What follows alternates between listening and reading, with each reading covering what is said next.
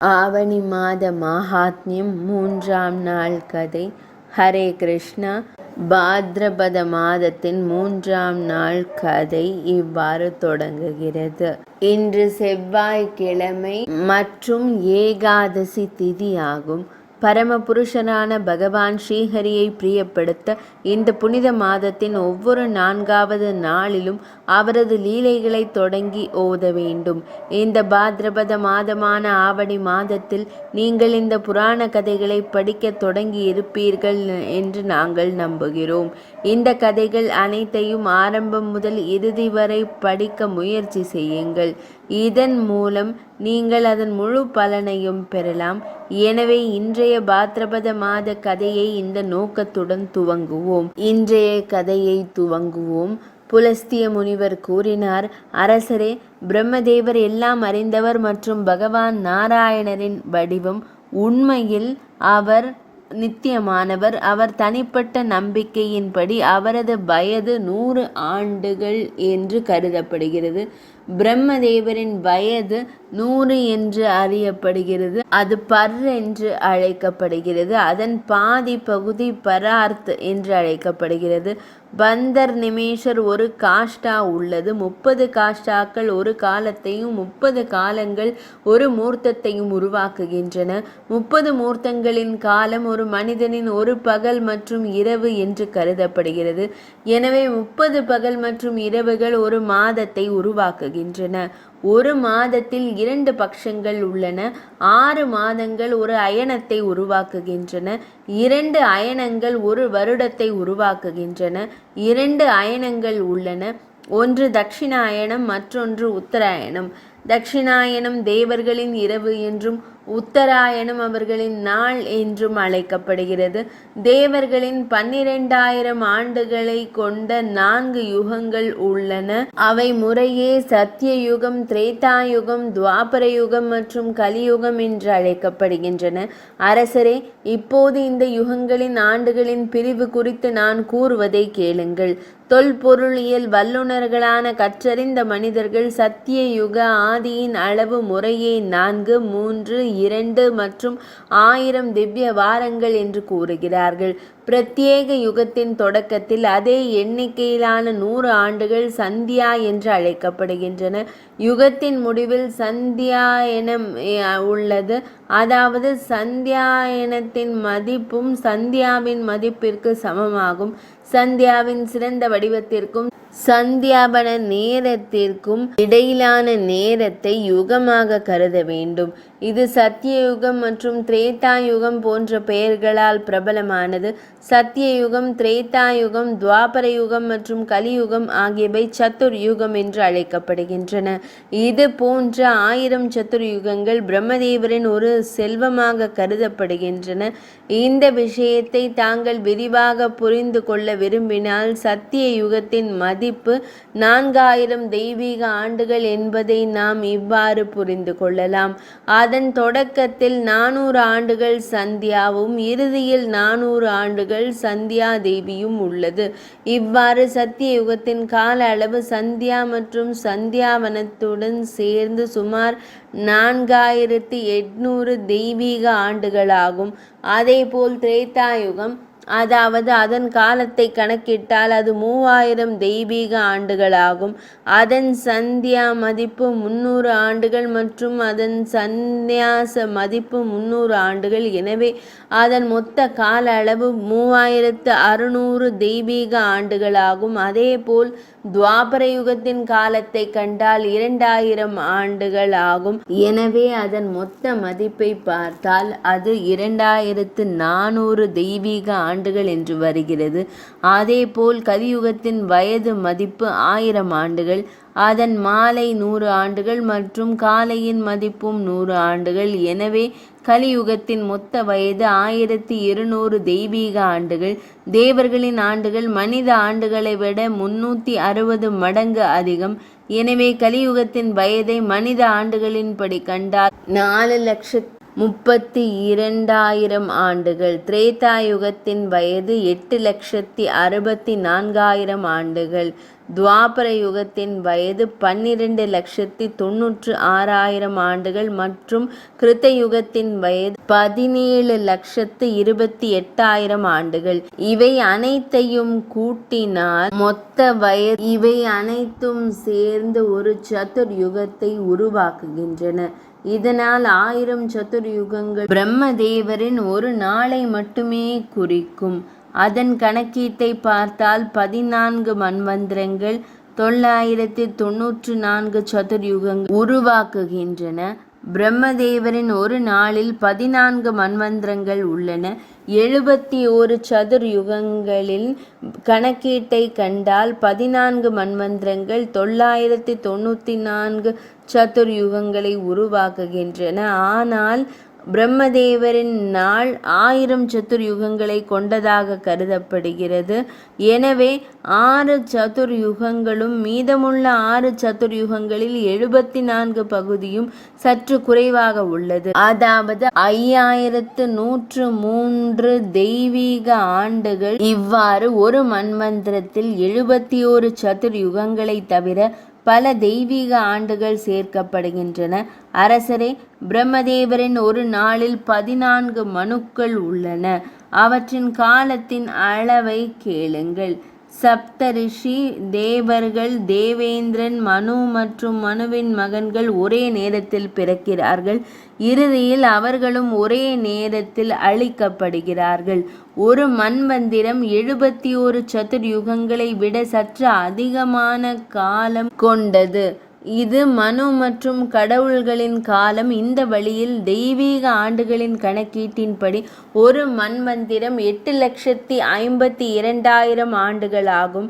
பெரிய மனிதரே, மனித ஆண்டுகளின் அடிப்படையில் கணக்கிடப்படும் போது மன்வந்திரத்தின் காலம் 30,67,20,000 ஆண்டுகள் ஆகும். இதைவிட அதிகமாக இல்லை. இந்த காலகட்டத்தை 14 மடங்கால் பெருக்கும் போது அது பிரம்மதேவரின் ஒரு நாளின் நேரமாக கருதப்படுகிறது. அதன் முடிவில் நைமிஷ்டிகம் எனப்படும் பிரம்ம பிரளயம் உள்ளது. அந்த நேரத்தில் பூலோகம், புவர்லோகம் மற்றும் ஸ்வர்கலோகம் எனப்படும் 3 திரிலோகமும் எரிய தொடங்குகின்றன. மேலும் மகர்லோகத்தில் வாழும் மக்கள் நெருப்பால் துன்புறுத்தப்பட தொடங்குகிறார்கள். பின்னர் அவர்கள் ஜனலோகத்திற்கு செல்கிறார்கள். பிரம்மதேவரின் இரவு அவரது பகலுக்கு சமமாகும். அவரது இரவு முடிந்ததும் பிரம்மதேவர் மீண்டும் எழுந்து உலகை அலங்கரிக்கிறார். இந்த பிராத்த பட்சத்தில் மெதுவாக பிரம்மதேவரின் ஒரு வருடம் மாதத்தின் செயல்களை போன்றவற்றை கடந்து செல்கிறது. இந்த செயலால் அவரது 100 ஆண்டுகள் நிறைவடைகின்றன. அந்த மகாத்மா 100 ஆண்டுகள் வாழ்ந்தார். பிரம்மதேவரின் அயோவை குறித்து கேட்ட பிறகு பீஷ்ம பிதாமகர் கல்பத்தின் தொடக்கத்தில் நாராயணன் பிரம்மதேவர் அனைத்து உயிரினங்களையும் எவ்வாறு பாதுகாத்தார் என்று ஒரு கேள்வியை கேட்கிறார். இப்போது நீங்கள் அதை விவரிக்கிறீர்கள். பின்னர் புலஸ்திய முனிவர் கூறுகிறார், அரசரே, அனைத்தின் தோற்றத்திற்கும் பிரம்மதேவர் குடிமக்களை பாதுகாத்த விதத்திற்கும் காரணம் இப்போது நான் உங்களுக்கு கூறுகிறேன். முந்தைய கல்பம் முடிந்ததும் அந்த நேரத்தில் இரவில் தூக்கத்தில் இருந்து விழித்தெழும் போது சத்வகுணம் கொண்ட பிரம்மதேவர் உலகம் முழுவதும் விரிச்சோடி இருப்பதை கண்டார். பின்னர் பூமி ஏகரணங்களில் நீரில் மூழ்கி தற்போது தண்ணீருக்குள் இருப்பதை அறிந்து அதை வெளியே எடுக்க ஆசை கொண்டு சிறிது நேரம் சிந்தித்தார். பின்னர் அவர் யக்ஞமய வராகியின் வடிவத்தை எடுத்து தண்ணீருக்குள் நுழைந்தார். பகவான் பாதாள உலகத்திற்கு வருவதைக் கண்டு பூமி தேவி பக்தியுடன் பணிவுடன் இருந்தாள். பின்னர் பூமி தேவி, இறைவா, நீரே அனைத்து உயிரினங்களின் வடிவத்திலும் உயர்ந்தவர். நான் தம்மை மீண்டும் மீண்டும் வணங்குகிறேன். தாமே இந்த பாதாள உலகத்திலிருந்து என்னை காத்தருள வேண்டும். தயவு செய்து என்னை காப்பாற்றுங்கள். கடந்த காலத்தில் நான் தம்மிடம் இருந்து பிறந்தேன். நான் தம்மை வணங்குகிறேன். நீரே என் ஆதாரம், நீரே என் ஆதரவு, நீரே என்னை அழகாக்கினீர். நான் தமது அடைக்கலத்தில் இருக்கிறேன். அதனால்தான் இந்த உலக மக்கள் என்னை மாதவி என்று அழைக்கிறார்கள். பிருத்வி இவ்வாறு துதித்த போது மிகவும் ஒளிமிக்க கடவுள் தரணீதரர் கரகரப்பான குரலில் கர்ஜித்தார். சாமவேதம் அந்த ஒளியின் வடிவத்தில் தோன்றியது. அவரது விழிகள் மலர்ந்த தாமரை போல இருந்தன. அவர் உடல் தாமரை இலை போல கருமை நிறத்தில் இருந்தது. அவர் அனந்தன் போன்ற முனிவர்களையும் சுத்திகரித்தார். பகவான் மகாவீரரின் வயிறு தண்ணீரால் நனைந்தது. அவர் தனது வேதத்தில் பிருத்வியுடன் எழுந்து உடலை அசைக்கத் தொடங்கிய போது அந்த நேரத்தில் வானத்தில் இருந்த மகரிஷிகள் முனிவர்கள் அவரை புகழ்ந்து பேசத் தொடங்கினர். இதை கூறிவிட்டு புலஸ்திய முனிவர் அமைதியாகிவிட்டார். பின்னர் பீஷ்ம பிதாமகர் மீண்டும் அவரிடம், குருதேவா, நீங்கள் கடவுள்களின் அழகை சுருக்கமாக விவரித்திருக்கிறீர்கள். அதை உங்கள் வாக்கிலிருந்து விரிவாக கேட்க விரும்புகிறேன். இதை கேட்ட புலஸ்திய முனிவர் கூறினார், அரசரே, எல்லா மக்களும் கடந்த காலத்தில் செய்த நல்ல மற்றும் கெட்ட செயல்களால் பாதிக்கப்பட்டுள்ளனர். எனவே பிரளய காலத்தில் அனைவரும் அழிக்கப்பட்ட பின்னரும் அந்த செயல்களின் விளைவுகளிலிருந்து அவர்களால் விடுபட முடியாது. அதாவது உலகம் அழிக்கப்பட்ட பிறகும் ஆன்மா உடலுக்குள் சென்று உடல் ஒரு செயலற்ற நிலையில் இருக்கும்போது கூட கர்ப்பம் வரை அவர்களின் செயல்கள் அவர்களுடன் இருக்கும்.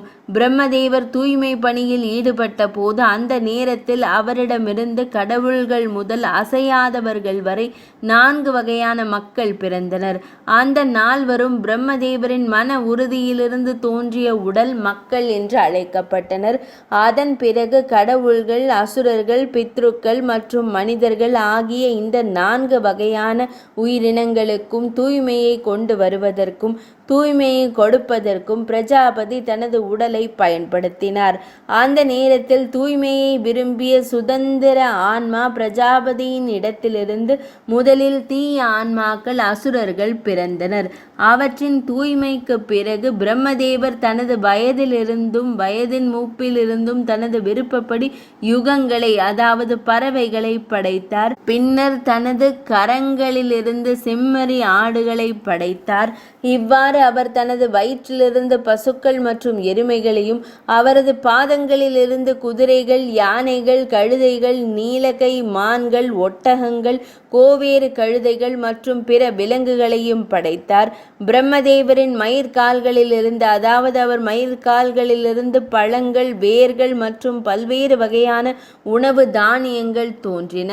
காயத்ரி, சாவித்ரி, ரிக்வேதம், திரிவரஸ்தோமம், ரதந்திரம், அக்னிஷ்டோமம், யக்ஞ ஆகியவை பிரஜாபதியால் அவரது கிழக்கு வாயிலிருந்து வெளிப்படுத்தப்பட்டன. இது தவிர யஜுர்வேதம், திருஷ்டுப் சந்தம் உருவாக்கப்பட்டன. சாமவேதம், ஜெகதி சந்தம், அதர்வண வேதம், ஆபதோராயம், அனுஷ்டுப் சந்தம் மற்றும் வைரஜம் ஆகியவை வட வாயிலிருந்தும் உருவாக்கப்பட்டன. அனைத்து பெரிய உயிரினங்களும் பிரஜாபதியின் பல்வேறு பகுதிகளில் இருந்தும் உருவாக்கப்பட்டன.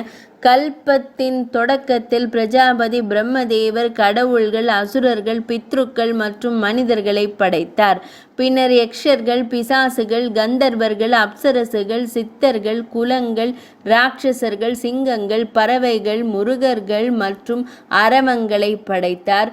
உயிருள்ள மற்றும் உயிரற்ற உலகம், நித்தியமானதும் தற்காலிகமானதும் அனைத்தையும் படைத்த பிரம்மதேவரால் படைக்கப்பட்டது. மேலும் அவர்களால் படைக்கப்பட்ட உயிரினங்கள் முந்தைய கல்பத்தில் எந்த செயல்களை செய்த ஜீன்கள் மீண்டும் மீண்டும் பிறந்து அதே செயல்களில் ஈடுபடுகின்றன. இதனால் புலன்கள், கூறுகள் மற்றும் உடல்களின் பன்முகத்தன்மையையும் வெவ்வேறு நடத்தையையும் உருவாக்கியவர் படைப்பாளர் கடவுள். கல்பத்தின் தொடக்கத்தில் அவரே வேதங்களின் படி கடவுள்கள் மற்றும் பிற உயிரினங்களின் பெயர்கள், வடிவங்கள், உயிரினங்களின் பெயர்களையும் அவற்றின் பொருத்தமான செயல்களையும் தீர்மானித்தார்.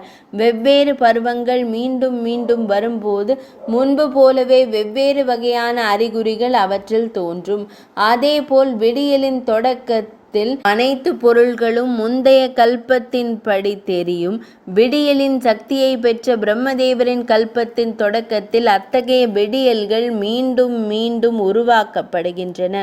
இது இன்றைய பாத்ரபத மாதமான ஆவணி மாதத்தின் கதை. பிரம்மதேவர் முதலிய முனிவர்கள், ரிஷி முனிவர்கள், பலவகைப்பட்டவர்கள் மற்றும் மானசம் எவ்வாறு உருவாக்குகிறது என்பதை ரிஷி புலஸ்திய முனிவர் விரிவாக கூறும் கதையை நாளை நாம் செவிமடுக்கலாம்.